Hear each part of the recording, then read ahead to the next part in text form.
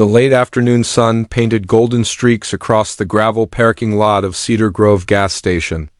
Tom adjusted his worn cowboy hat and stepped out of his white pickup truck, the familiar creak of the door mixing with the gentle rustle of leaves overhead.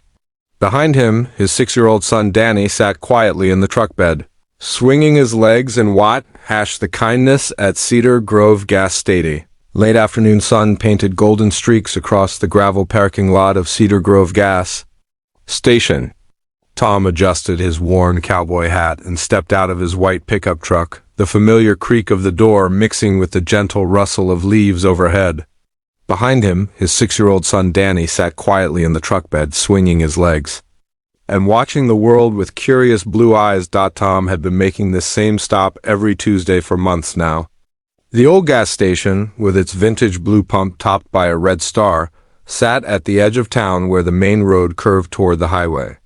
It was peaceful here, away from the bustle of the newer stations closer to downtown. The kind of place where a man could think while he filled his tank, and where a little boy could sit safely and watch the clouds drift by. The routine had become important to both of them since Sarah had passed 2 years ago. Small moments of normalcy helped fill the spaces where grief used to live so heavily. Tom had learned to find comfort in the ordinary, the smell of gasoline, the click of the pump handle, the way Danny's face lit up when he spotted a hawk circling overhead. Today felt different, though. As Tom began filling his tank, he noticed a woman standing near the far side of the station. She was wearing a flowing green dress with delicate patterns, her long blonde hair catching the light as it fell across her shoulders. But something was wrong. Her shoulders were shaking, and even from a distance, Tom could see she was crying. He glanced back at Danny, who was now lying on his stomach in the truck bed, making airplane sounds as he moved a small toy through the air. The boy was content and safe. Tom looked back toward the woman. She had her hands pressed to her face, and her whole body seemed to tremble with whatever pain she was carrying. Tom's mother had raised him to notice when people were hurting. Kindness costs nothing, she used to say, but it can mean everything to the person receiving it. He carried those words with him through his years as a widower, through the long nights when Danny had nightmares, and through his own moments of doubt and loneliness. Setting the pump to fill automatically, Tom walked slowly toward the woman. He kept his distance at first, not wanting to startle her or make her feel threatened. When she looked up, he could see her eyes were red and swollen from crying. "Excuse me, ma'am," Tom said gently, his voice carrying the warm drawl of someone born and raised in rural Georgia. "I don't mean to intrude, but I couldn't help but notice you're upset. Is there anything I can do to help?" The woman, her name was Emma, though Tom didn't know that yet, looked at him with surprise. She was used to people looking away when someone was crying in public, used to the discomfort that came with visible pain. But this stranger in the cowboy hat and burgundy shirt had kind eyes, the sort of eyes that had seen their own share of sorrow. "I'm sorry," Emma said, wiping at her cheeks with the back of her hand. "I didn't mean to ... Her voice broke and fresh tears started falling. "No need to apologize," Tom said softly. "We all have days when the world feels too heavy to carry alone." Emma took a shaky breath. "My car broke down about a mile back. I called for a tow truck, but they can't come until tomorrow. I don't have anyone to call, and I don't have enough money for a hotel room." The words tumbled out in a rush as if she'd been holding them in for too long. "I know it sounds pathetic, but I've been standing here trying to figure out what to do, and I just ... I started crying." Tom nodded slowly. He understood the feeling of being alone with a problem that felt impossible to solve. "That doesn't sound pathetic at all. Sounds like you're dealing with a tough situation." From the truck, Danny had grown curious about his father's conversation.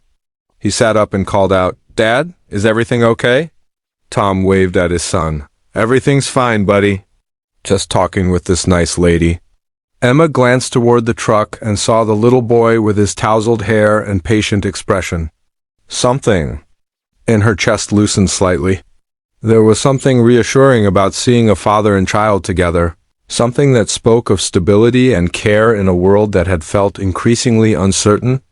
"Look," Tom said, turning back to Emma, I can't fix your car, but I can give you a ride wherever you need to go. Cedar Grove isn't a big town, but we've got a decent motel on Main Street. And the owner, Mrs. Patterson, is good people. She might work with you on the price if you explain your situation. Emma stared at him. You would do that? For a complete stranger? Sometimes strangers are just friends we haven't met yet, Tom replied with a small smile. Besides, my boy and I aren't in any hurry. We were just heading home to heat up some leftover soup and watch cartoons. Danny would probably enjoy the detour. Emma felt something she hadn't experienced in months' hope. Not just because of the offer of help, but because of the casual kindness in Tom's voice. The way he included his son in the decision, the complete absence of judgment or expectation. I don't know what to say, she managed. Say yes, Tom said. Simply, let us help. 20 minutes later, Emma was sitting in the passenger seat of Tom's truck, while Danny chattered happily from the back seat about his day at school, his favorite cartoon characters, and the hawk he'd spotted earlier.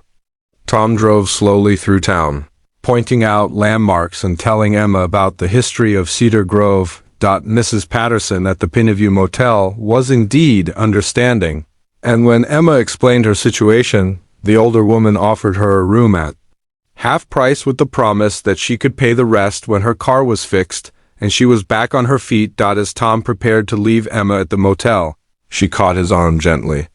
Why did you help me today? Tom considered the question for a moment. My wife passed away a couple years back, he said quietly, glancing toward Danny, who was now asleep in the truck. There were days after that when I felt exactly like you. Looked today lost and alone and not sure how to take the next step. People helped us then. Friends, neighbors, even strangers. I guess I learned that we're all just trying to get through life the best we can, and sometimes we need each other to do that. Emma nodded, understanding flooding her features. I'm sorry for your loss. Thank you.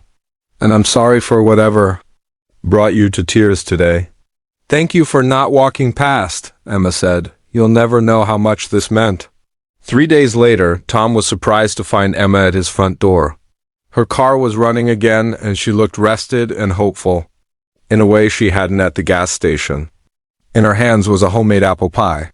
I wanted to thank you properly, she said, and I wanted to meet Danny when he wasn't sleepy in the back of a truck. What started as a thank you visit turned into an afternoon of conversation on Tom's front porch while Danny played in the yard. Emma was an artist, traveling through small towns and painting landscapes. She'd been heading to Atlanta when her car broke down, but Cedar Grove had captured her heart in unexpected ways. That evening, as Emma prepared to continue her journey, she made a decision that surprised even her. I think I'd like to stay here. For a while, she told Tom. If there's room in this town for one more person trying to start over. Tom smiled, the kind of smile that had been rare in his life for too long. I think Cedar Grove always has room for people with kind hearts. 6 months later, Emma had opened a small art studio on Main Street, and she and Tom had discovered that sometimes the best relationships grow from moments of genuine human kindness. Danny had gained not just a friend, but someone who understood that families could be built in all sorts of beautiful, unexpected ways. The gas station where they'd met still sat at the edge of town, its blue pump and red star a quiet reminder that sometimes the most important moments happen in the most ordinary places, between strangers who choose to see each other's humanity, and sometimes, when the light hits just right in the late afternoon, you can still see Tom's truck parked there while a father and his son take a moment to appreciate the simple blessing of another day together, knowing now that kindness has a way of circling back when you need it most.